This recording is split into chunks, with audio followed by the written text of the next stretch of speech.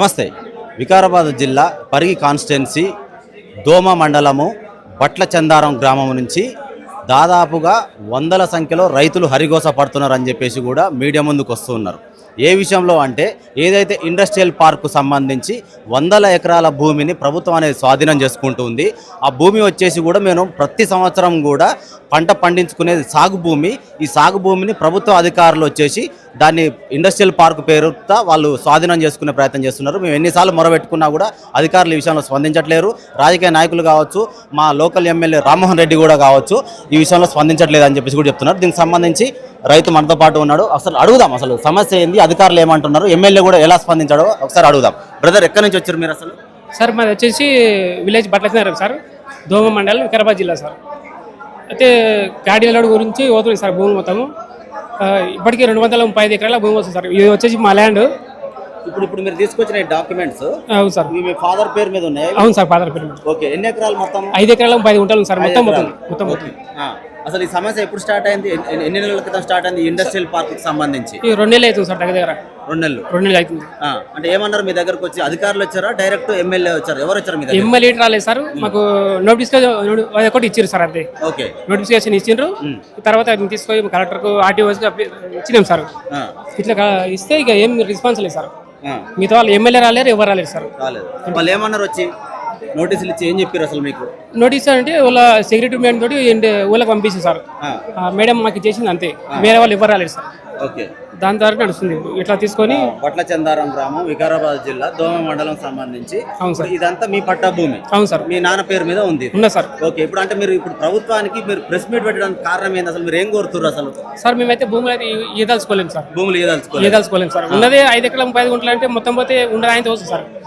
Marriage అయింది, 2 కొడుకులు, 1 బిడ్డే సార్. ఓకే, ఎట్లా బతకాలి సార్? మొత్తం ఉన్న భూమి పోతే ఎట్లా బతుకు సార్? వాళ్ళు ఎన్ని పైసలు ఇస్తారు అంటారు కానీ ఏం చేస్తారు సార్? పైసలు తీసుకొని ఏం చేద్దాం? ఇప్పుడు మా నాన్న మా తాతల నుంచి కాపాడిన భూమి. అక్కడ ఎకరం ఎట్లా ఉంది, ప్రజెంట్ ఉన్న రేట్ ఎట్లా ఉంది అక్కడ ఎకరం మీ సైడ్? ప్రజలు అంటే 30 అవుతుంది సార్, 30 లక్షలు. 30 లక్షలు పోతుంది. ఓకే, ఇప్పుడు వీళ్ళు ఏదైతే ప్రభుత్వం ఈ ఇండస్ట్రియల్ పార్క్ పేరు మీ దగ్గర నుంచి తీసుకోవాలనుకుంటారో వాళ్ళు ప్రభుత్వం ప్రకారం ఎంత కట్టిస్తా అంటారు మీకు? సార్ 23 కట్టేస్తున్నారు. 23 సార్. 23 లక్షలు సార్. 23 లక్షలు కట్టిస్తా అంటారు. అవును సార్. 30 లక్షలు వలుపుతుంది. అవును సార్. ఓకే, అంటే మరి అది తీసుకున్న తర్వాత మళ్ళీ వేరే దగ్గర భూములు ఇస్తామని అంటారా, లేకపోతే ఎట్లా మీకు డబ్బులు ఇచ్చేస్తారు అంతటితో అయిపోతుంది? ఎవరు చెప్పలేరు సార్. అట్లా ఊళ్ళో టాక్ వచ్చింది సార్, ఆల్రెడీ టాక్ అట్లా అంటుండ్రు. వేరే దగ్గర ఇస్తాము, జాబ్ ఇస్తాం, ఇల్లు ఇస్తామని అంటారు సార్. కానీ ఇక్కడ అది వేస్ట్ సార్, అది నమ్మరా అనుకుంటాం సార్. మరి మీరు ఎమ్మెల్యే గారి దగ్గర తీసుకెళ్ళారా మీ సమస్యని? సార్ పోయినాం సార్, ఎమ్మెల్యే రమ్మని చెప్పిండు, వచ్చినాం సార్. పరిగి విలేజ్కి వచ్చినాము. వచ్చి కలుగుతాం అనులోనే మళ్ళీ హైదరాబాద్ వచ్చింది సార్. కలవలేడు, అందరం బుల్లర్ 30-40 మంది వచ్చినాం సార్. ఎంతమంది రైతులు అన్న మీ ఊరు పేరు మీద? ఎంతమంది బాధలు పడుతున్నారు? 90 కుటుంబాలు ఉంటాయి సార్. 90 కుటుంబాలు. అంటే మొత్తం భూమి ఎంత పరిధి ఉంటుంది 90 కుటుంబాలకు సంబంధించి? దాంట్లో ఇప్పుడు 235 ఎకరాలు పోయింది. ఇంకా సగం ఉంది సార్, సగం రాలేదు. ఆల్రెడీ రోడ్లు మొత్తం నైట్ డ్రోన్లు తిరుగుతుంది సార్. ఓకే, 9-10 కాగానే డ్రోన్లు మొత్తం తిరుగుతున్నాయి. మొత్తం తిరిగి చేస్తాం సార్. ఫైనల్ ఏం చెప్పదలుచుకున్నారు బ్రదర్ మీరు? సార్ మేమైతే భూములు అయితే ఏదలుచుకోలేము సార్. ఏం అయితే చేయని వాళ్ళు ఏదలుచుకోలేదు. అవును సార్, మీరే సాగు చేసుకోవాలనుకుంటారు? మేమే సాగు చేసుకోవాలనుకుంటున్నాం సార్. మీరంతా ఒకటే ఊరు నుంచి వచ్చారు? ఒకటే ఊరు నుంచి వచ్చింది సార్. మీది ఎన్ని ఎకరాలు మొత్తం? 4.5 ఎకరాలు. 4.5 ఎకరాలు. అంటే ఇప్పుడు ఈ ఇండస్ట్రియల్ పార్క్ గురించే అధికారులు మీకు నోటీసులు ఇచ్చారా? ఇచ్చారు సార్. మరి మీరు ఏం చెప్పారు నోటీసులు ఇచ్చినప్పుడు? మేము ఇయ్యము నోటీసులు ఎందుకు అయిపోయినా అని పక్కన ఊర్లో దౌర్జన్యం చేసి తీసుకున్నారు, అటైనా వేసుకుంటారా అని మేము కలెక్టర్ ఆఫీస్కి పోయినాం. 50 కాదు 100 మందికి పోయినాం, 2-3 బిల్లులు కట్టుకొని. సమాధానం ఏం చెప్పలే కలెక్టర్, లేడని చెప్పించండి ఆఫీసర్ అతను. ఆడియో ఆఫీస్కి పోయినాం. ఆడ ఏం చెప్పిండంటే కలెక్టర్ కెరక అన్నాడు. ఆడికి వెళ్ళి మళ్ళీ తెల్లారి పోయి ధర్నా చేసినాం వికారాబాద్లో. ధర్నా చేసినాం, పెద్ద ఎత్తున చేసినాం ధర్నా. అంటే 4-5 ఊళ్ళో మంది కూడా పోయినాం. 4-5 గ్రామాల ప్రజలు పోయినాం, ధర్నా చేసినాం.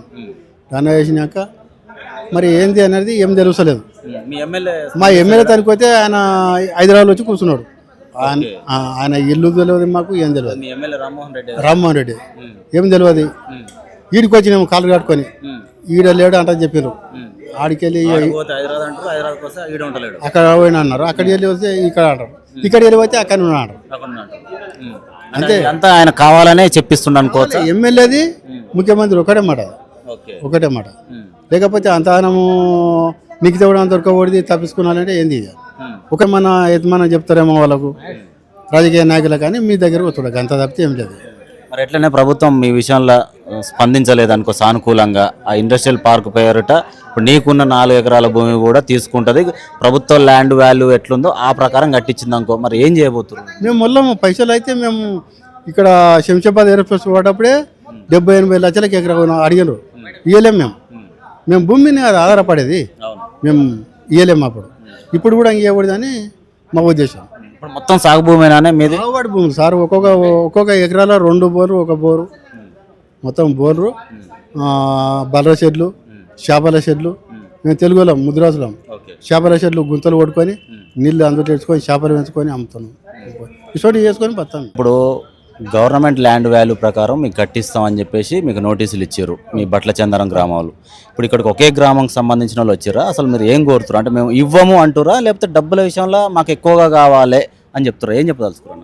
మేజర్గా వచ్చేసి బట్లచందరం గ్రామంలో 235 ఎకరాల సాగు భూమి పట్టభూమికి నోటిఫికేషన్ రావడం జరిగింది. ఇక్కడ సోమాజీ ప్లేస్ కప్కి వచ్చింది బట్లచందరం గ్రామ వాసులే తప్ప వేరే గ్రామస్తులు ఎవరు లేరు. మేము డబ్బులు ఎక్కువ అడగడం అనేది లేదు, మా భూమి మాకే కావాలని కోరుకుంటున్నాం. డబ్బుల విషయం 100% కాదు, భూమి విషయంలో మా భూమి మా హక్కు, మా తాతల ముత్తాతల ఆస్తి నుంచి మా వరకు వచ్చింది కాబట్టి ఆస్తిని వారసత్వంగా వచ్చింది. ఈ వారసత్వాన్ని ఇంకా ముందుకు సాగించాలనే ఒక ఆలోచనతో ఇక్కడికి రావడం జరిగింది. అంటే ఒకవేళ మీకు మీ ఎమ్మెల్యే దగ్గర తీసుకెళ్ళినా కూడా ఎంఆర్ఓ గారు కావచ్చు, ఎంపీడీఓ గారు కావచ్చు, ఎవరైతే నోటీసులు ఇచ్చారో ఆ ప్రభుత్వ అధికారులు కావచ్చు, మేము మా భూములను ఇవ్వము, డబ్బుల గురించి కాదు, మా భూములు మాకే కావాలి అని మీరు ఒకవేళ మొరబెట్టుకుంటే వాళ్ళు ఎట్లా స్పందించారు ఈ విషయంలో? ఇప్పటి వరకు మేము వచ్చేసి ఎంఆర్ఓ కానీ, ఆర్డీఓ కానీ, కలెక్టర్ కానీ గ్రామ పంచాయతీ నుంచి తీర్మానం తీసుకొని మా భూములు మేము ఇవ్వము అనే ఒక స్టేట్మెంట్ ఇవ్వడం జరిగింది. తీర్మానాలు అందరి గ్రామ పెద్దల సమక్షంలో ఇవ్వడం జరిగింది, కానీ ఎలాంటి స్పందన రాలేదు వాళ్ళ నుంచి, ఎలాంటి స్పందన రాలేదు.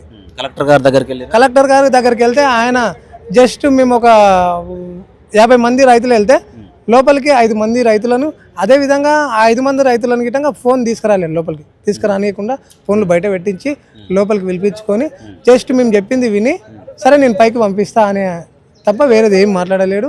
మా సమస్యలు గిట్టంగా 5గురితో ఏం చెప్పిండు అసలు?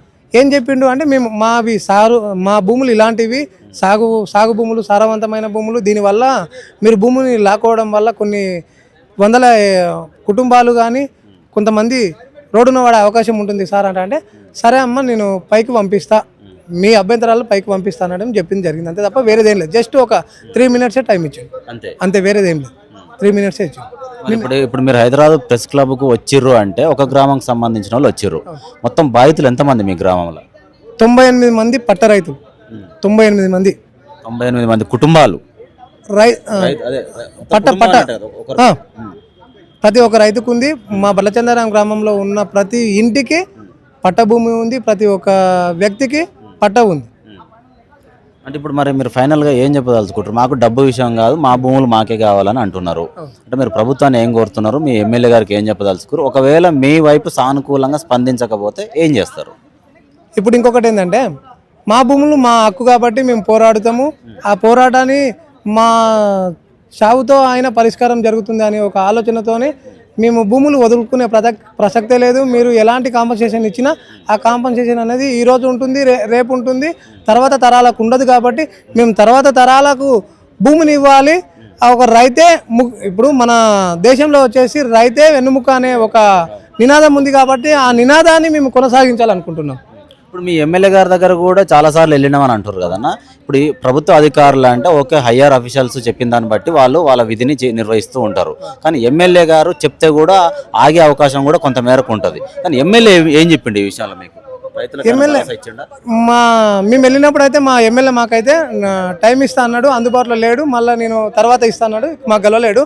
మా పక్కలో ఉన్న రైతులు వెళ్తే, వేరే గ్రామాల రైతులు వెళ్తే ఏమన్నాడు అంటే సంగారెడ్డి జైలు ఖాళీ ఉంది, అక్కడికైనా పంపిస్తా, లేదు అంటే మరో లగచర్ల 2 చూపిస్తా అని కాలపూర్ రైతులకు చెప్పడం జరిగింది. ఆ రైతులు వచ్చి మాకు చెప్పడం జరిగింది లగచర్ల 2 చూపిస్తాడంట. అంటే ఓట్లు వేసిన రైతులకే ఈరోజు లగచర్ల సంగారెడ్డి జైల్లో వేసిస్తాడంట. అంటే భూముల కోసం పోరాటం చేయకూడదు అని ఆయన ఒక ఆలోచనతోనే ఉన్నాడు. ఇప్పుడు డెవలప్మెంట్కి అనేది వ్యతిరేకం కాదు, రైతులకు ఇబ్బంది కాకుండా కొన్ని వేల ఎకరాలు ఉంది మా దోమ మండలంలో, మా నియోజకవర్గంలో కొన్ని వేల సాగులేని భూమి ఉంది కాబట్టి అక్కడ అభివృద్ధి చేయండి, పరిశ్రమలు పెట్టండి, ఉద్యోగ కల్పన ఇవ్వండి, మేము ఓకే. సాగు భూమి సారవంతమైన భూమిలో మీరు ఎలాంటి పరిశ్రమలు పెడతారని మేము ప్రశ్నిస్తున్నాం. మరి ఏంది ఫైనల్గా ఏంది మరి ఇప్పుడు ప్రభుత్వం అధికారులకు కావచ్చు, రేవంత్ రెడ్డి గారికి కావచ్చు, మీ బట్ల చందారం గ్రామం తరపున ఏం కోరుతున్నారు? మా బట్లచందరం గ్రామం తరపున ఒకటే కోరుకుంటున్నామన్నా, భూమి ఇచ్చే ప్రసక్తే లేదు. భూమి మాటకు 100% కానీ అందరు ఈ రోజటి వరకు నెల రోజులుగా బట్లచందరం గ్రామంలో ఒక చెట్టు కింద రీలే నిరాహార దీక్ష చేసుకోవడం జరుగుతుంది. టెంట్ వేసుకుంటాం సారు అనే మొర పెట్టుకుంటే మన ఎస్ఐ సార్ గిటంగా మీకు టెంట్ వేసుకోవడానికి గిటంగా పర్మిషన్ లేదు, మీరు స్ట్రైకులు చేయడానికి పర్మిషన్ లేదు, అలాంటి భయాందోళనకు గురి చేయడం అనేది జరుగుతుంది. కాబట్టి ఈరోజు మేము ఇక్కడికి వచ్చినాము అంటే 3 గంటలకు లేచి ఎవరికి తెలియకుండా వచ్చే 20 మంది రైతులకే తెలుసు. ఎందుకంటే మా చుట్టూ ఇంటెలిజెంట్ టీము కానీ పోలీస్ బలగాలు కానీ డైలీ మా విలేజ్లో ఏం జరుగుతుంది, ఏం కార్యకలాపాలు అప్డేట్ అనేది గవర్నమెంట్కి వెళ్తుంది. కాబట్టి మేము 3 గంటలకు రావడం జరిగింది అంటే ఒకసారి ఆలోచన చేయాలి. ఒకవేళ మీరు వెళ్తున్నట్టు అప్డేట్ అక్కడ ఉన్న అధికారులకు వెళ్ళినట్లయితే ఇక్కడ వరకు రానియకపోతుండేనా? 100% రావడం అనేది జరగకుండే. మేము ఒక నెక్స్ట్ పోయిన 15 డేస్ బ్యాక్ మేము కలెక్టరేట్కి వెళ్తున్నామంటే మా ఊరు నుంచి అప్డేట్ వెళ్ళింది. వెళ్ళిన వెంటనే మమ్మల్ని మా విలేజ్ నుంచి కలెక్టరేట్కి వెళ్ళాలి అంటే ఒక 40 కిలోమీటర్స్ పరిధిలోనే మాకు పోలీసులు అనువనువున ఎక్కడున్నారనే అనువనువున మమ్మల్ని వెంబడించి అడ్డగించడం అనేది జరిగింది. అడ్డగించినా మేము ఒకటే చెప్పినాం, సార్ మేము స్ట్రైకులు చేయడం కానీ గవర్నమెంట్కి ఎలాంటి ఇబ్బంది అనేది కలిగించడానికి కాదు, మా అభ్యంతరం తెలుపుకోవడానికి వెళ్తున్నాము అంటే మేము ఉన్నది 8 మంది, 8 మందికి 80 మంది పోలీస్ బలగాల అనేది కలెక్టరేట్కి మమ్మల్ని తీసుకోవడం వెళ్ళింది. 10 మంది వచ్చిందంటే ఎలాంటి ఉంది, ఎలా ఉంది ప్రజాస్వామ్యం అనేది ఆలోచించాలి. ప్రతి ఒక్క రైతు కానీ, రైతు సంఘాలు కానీ, తెలంగాణ రాష్ట్రంలో ఉన్న ప్రతి రైతు కానీ ఇప్పుడు ఈరోజు బట్లచందారం గ్రామంలో రంగారెడ్డి జిల్లా మన సీఎం వాసి కాబట్టి ఇక్కడ వచ్చింది, నెక్స్ట్ అన్ని జిల్లాలకు వ్యాపిస్తుంది అని ఈ భూదందా నేను చెప్పదలుచున్నాను.